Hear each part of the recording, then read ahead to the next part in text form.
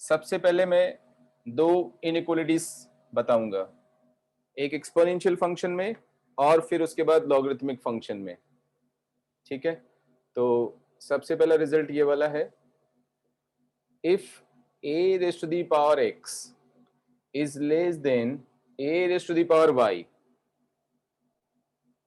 ठीक है, base a का वैल्यू या तो 0 से 1 के बीच होगा या 1 से बड़ा होगा, क्योंकि जब मैंने ये डिफाइन किया था तुम लोगों को पिछली क्लास में समझाया था कि y इज इक्वल टू, अगर मैं a की पावर x लेके चलता हूं, अच्छा इसमें मैं सिंबल्स चेंज कर देता हूं जिससे कंफ्यूजन कम हो जाएगा, a की पावर से m ले लेता हूं और a की पावर n यूज कर लिया, y is equal to a की पावर x, इसको एक्सपोनेंशियल फंक्शन बोलते हैं। पिछली बार मैंने नाम नहीं बताया था, अभी बता रहा हूं, this is known as exponential function. इसमें बेस जो होता है वो हमेशा पॉजिटिव होगा, बेस 1 के इक्वल नहीं होगा। x is any real number, इसमें x is any real number but y is greater than 0, इसको हम एक्सपोनेंशियल फंक्शन बोलते हैं। तो इसमें दो केस बन जाते हैं। ठीक है, बेस का वैल्यू या तो 0 से 1 के बीच होगा या 1 से बड़ा हो जाएगा। ठीक है, क्या करण तू भी अटेंड कर रहा है क्या क्लास? करण, यस सर। तूने बताया नहीं मुझे तो 11th की क्लास के लिए। नहीं सर, भैया से बात हुई थी। बात हो गई थी क्या तेरी? यस सर, कल ही करी थी।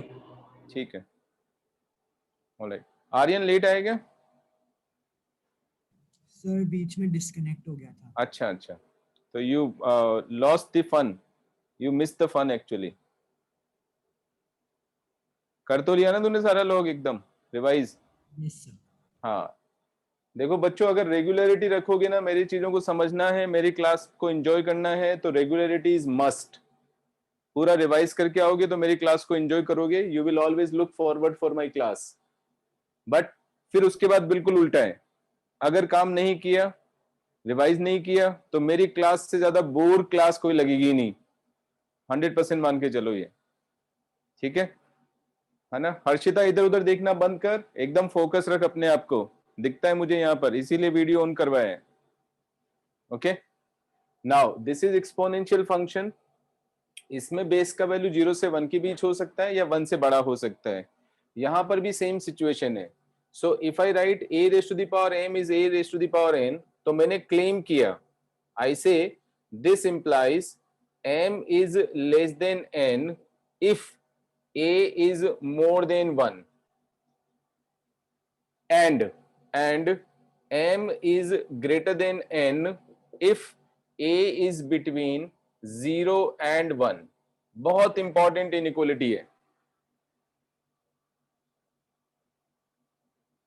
Okay, as I told you, inequalities के टाइम पे भी पहला स्टेटमेंट मेरा ये था कि इनइक्वालिटीज को इक्वालिटीज की तरह डील नहीं करना है। ठीक है, वहीं से समझ जाओ, और अब तक शायद समझ में आ जाना चाहिए कि इनइक्वालिटीज को डील करते time we have to be very careful. In fact inequalities को ढंग से समझेंगे तो बहुत ही मजेदार टॉपिक है। ठीक है बेसिक एकदम, लेकिन हर जगह यूज होगा और बहुत ही इंटरेस्टिंग है। सो मैंने क्या क्लेम किया, मैंने बोला अगर बेस का वैल्यू 1 से बड़ा होगा तो पावर्स में वो ही इनइक्वालिटी आ जाएगा जो उन दोनों फंक्शंस के बीच में है या उनकी वैल्यूज के बीच में है। लेकिन अगर बेस का वैल्यू 0 से 1 के बीच में हो गया तो पावर्स में जो इनइक्वालिटी है और जो वैल्यूज के बीच में इनइक्वालिटीज हैं वो रिवर्स हो जाएगा, चेंज हो जाएगा। ठीक है, क्यों ऐसा क्यों हो रहा है, ऐसे समझते हैं। जब हम बेस 1 से बड़ा लेते हैं, जैसे मैंने 2 की पावर लिया, ठीक है, 2 की पावर 1, 2 की पावर 2 या 2 की पावर 2 से स्टार्ट कर देता हूं, 2 की पावर 2 एंड 2 की पावर 3, कौन सा बड़ा है? Which one is bigger? 2 की पावर 3। करेक्ट, ठीक है। अब मैंने, हाँ, अब इसी में सपोज मैंने बेस का वैल्यू 0 से 1 के बीच ले लिया, 1/2 ले लिया, 1/2 की पावर 2 एंड 1/2 की power 3, which one is bigger now?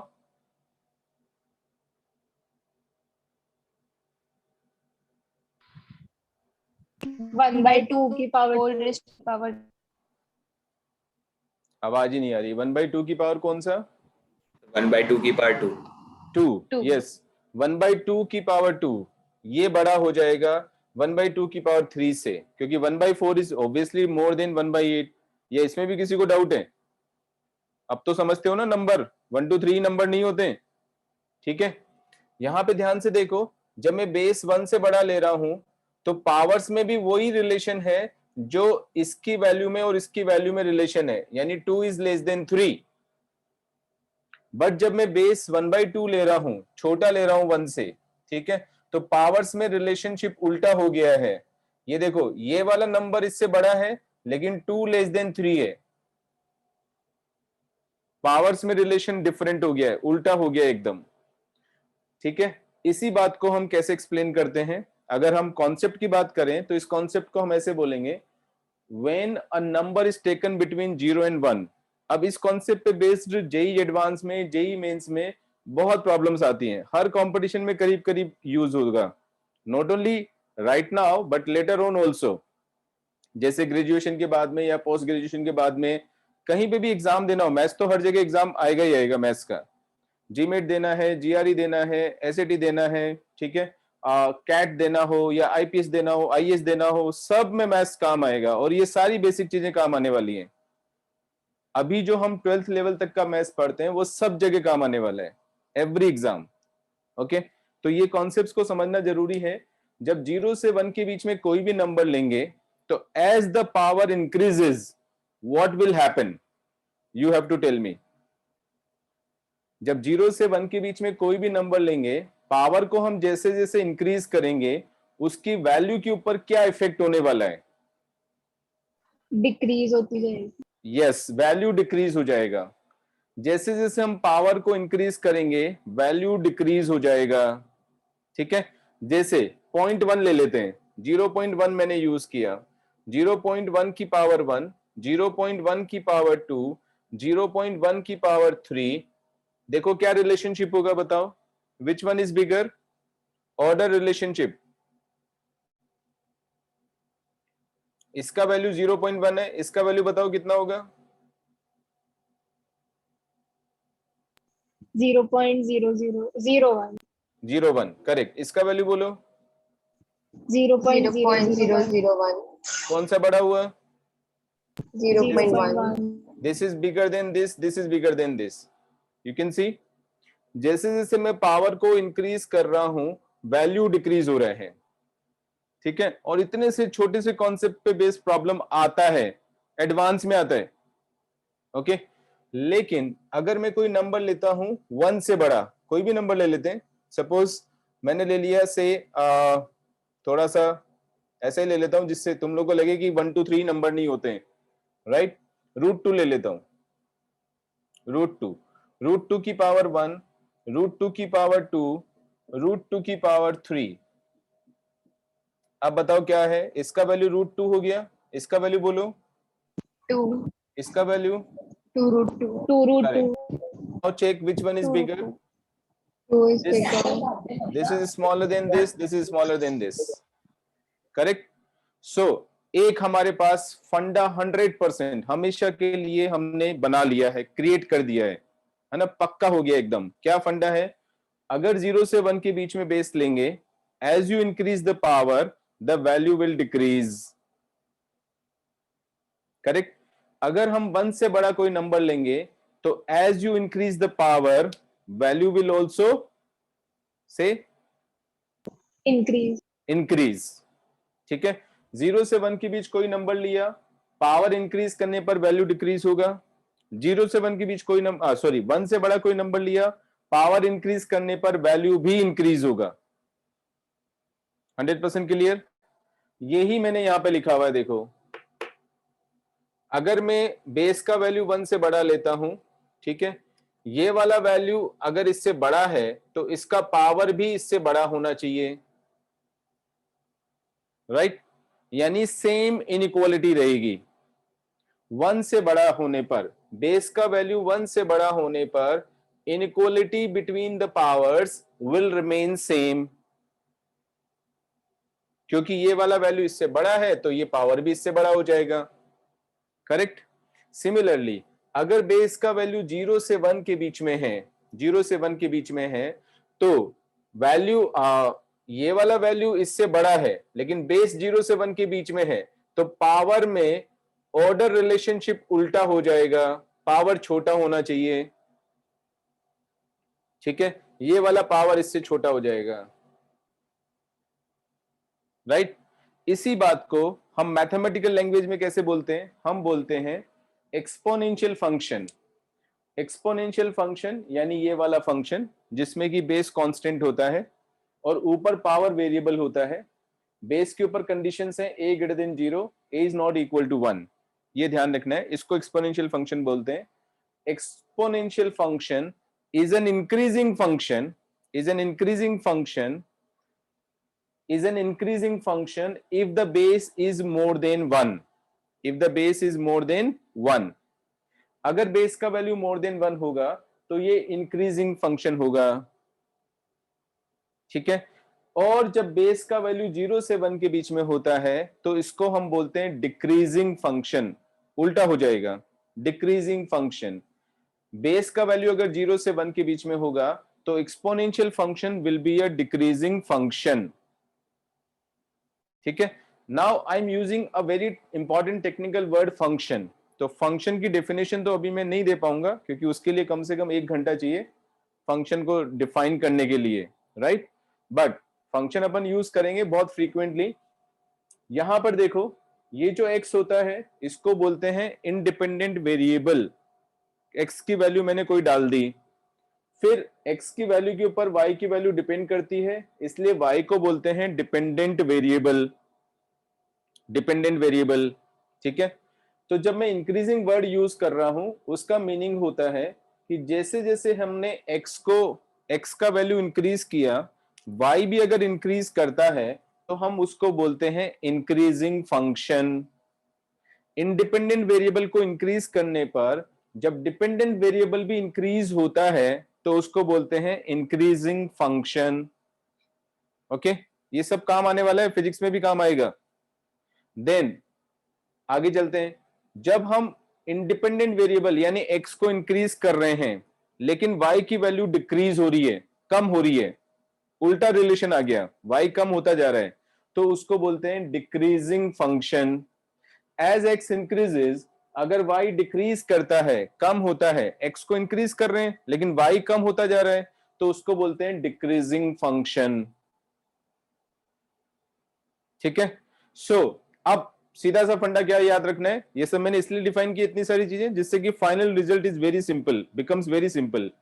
अगर कोई इंक्रीजिंग फंक्शन है तो उसमें इनइक्वालिटी सेम रहता है, ठीक है। अगर डिक्रीजिंग फंक्शन है तो इनइक्वालिटी रिवर्स हो जाएगा, करेक्ट। तो अगेन आई रिपीट, जब बेस का वैल्यू 1 से बड़ा होगा तो फंक्शन इंक्रीजिंग होगा, इसलिए इनइक्वालिटी सेम रहेगा। यहां पे देखो, ये वाला इनइक्वालिटी सेम है, बेस का वैल्यू 1 से बड़ा है। जब बेस का वैल्यू 0 से 1 के बीच होगा तो ये फंक्शन डिक्रीजिंग फंक्शन हो गया, तो इनइक्वालिटी रिवर्स हो गया, इनइक्वालिटी रिवर्स हो गया, करेक्ट। आगे समझ में, ठीक है। अब मैं इसका फॉर्मल डेफिनेशन दे रहा हूं, है ना। फॉर्मल डेफिनेशन से क्या मतलब है मेरा, मैं एक्सपोनेंशियल फंक्शन का ग्राफ बनाने वाला हूं।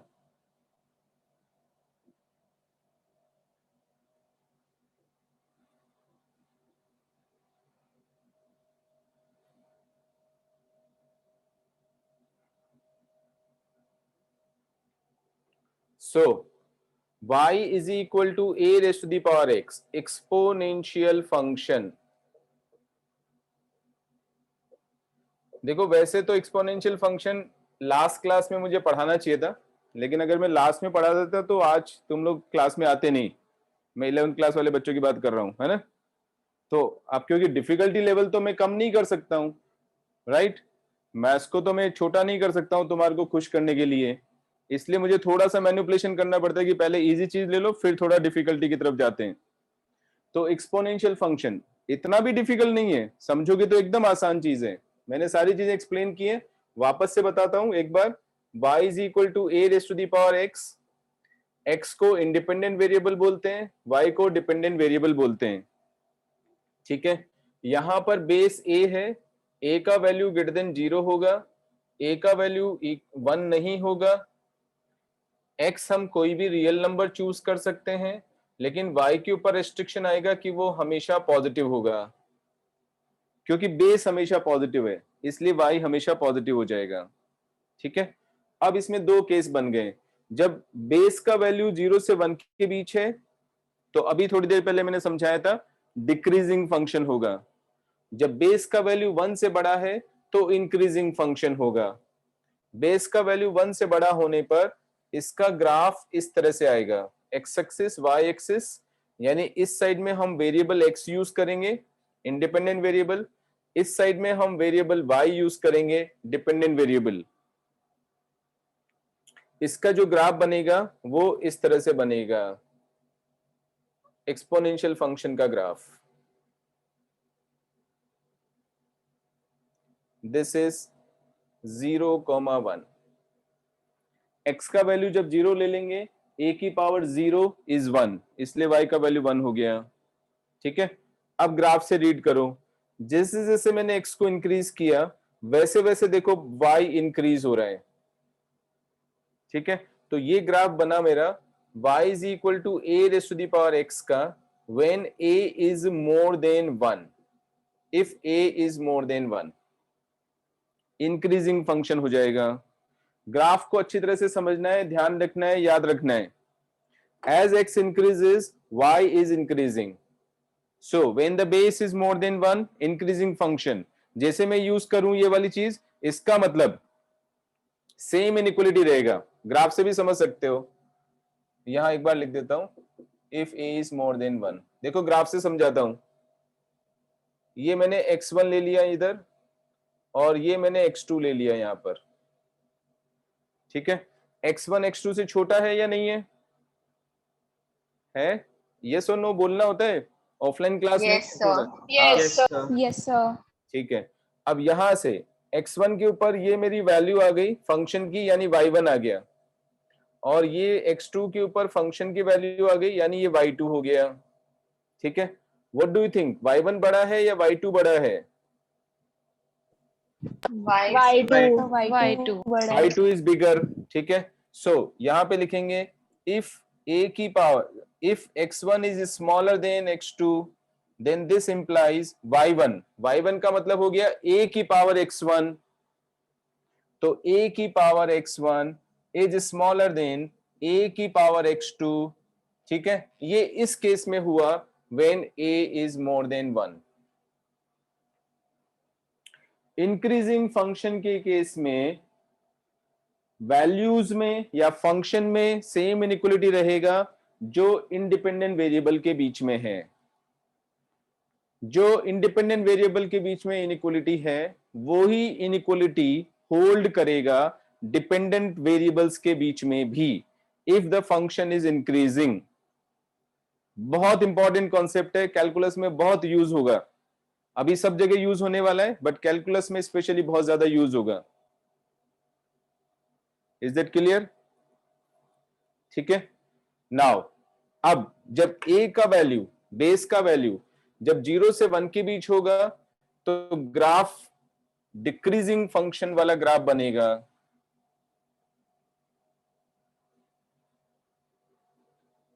ऐसे बनेगा। आज देखो मुझे ये 4 इनइक्वालिटी समझाने में काफी टाइम लग जाएगा, and very very important inequalities. ये ग्राफ हमारा ऐसे बनेगा, करेक्ट। ये हमारे पास डिक्रीजिंग फंक्शन का ग्राफ हुआ। जैसे जैसे x इंक्रीज कर रहा है, देखो y का वैल्यू नीचे आ रहा है, y is decreasing, so this is the graph of a decreasing function. y is equal to a की पावर x का ग्राफ है, where a is between 0 and 1, decreasing function का ग्राफ है ये। ठीक है, यहां पर वही है, x का वैल्यू 0 डालने पर y की वैल्यू 1 आ रही है। अब कोई भी दो x की वैल्यू ले लेते हैं।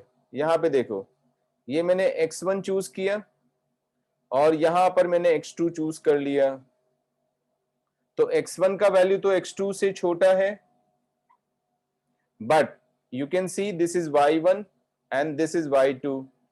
y1 का वैल्यू y2 से बड़ा है, y1 का मतलब हो गया a की पावर x1, क्योंकि x की जगह x1 डालेंगे तो y1 मिलेगा. सो a की power x1 is greater than a की power x2 if a is between 0 and 1. ठीक है. This is not only true for this function, exponential function. जो भी डिक्रीजिंग फंक्शन होगा उसमें इनइक्वालिटी रिवर्स हो जाता है डिपेंडेंट वेरिएबल्स के बीच में. जो इनइक्वालिटी इंडिपेंडेंट वेरिएबल्स के बीच में होता है उस इनइक्वालिटी का रिवर्स हो जाएगा डिपेंडेंट वेरिएबल्स के बीच में, यानी फंक्शन की वैल्यूज के बीच में. If the function is a decreasing function, if the function is an increasing function, तो जो इंडिपेंडेंट वेरिएबल्स के बीच में इनइक्वालिटी है वो ही इनइक्वालिटी रहेगा डिपेंडेंट वेरिएबल्स के बीच में. Am I clear? ठीक है. अब इसी से हम डिफाइन करते हैं लॉगरिथमिक फंक्शन.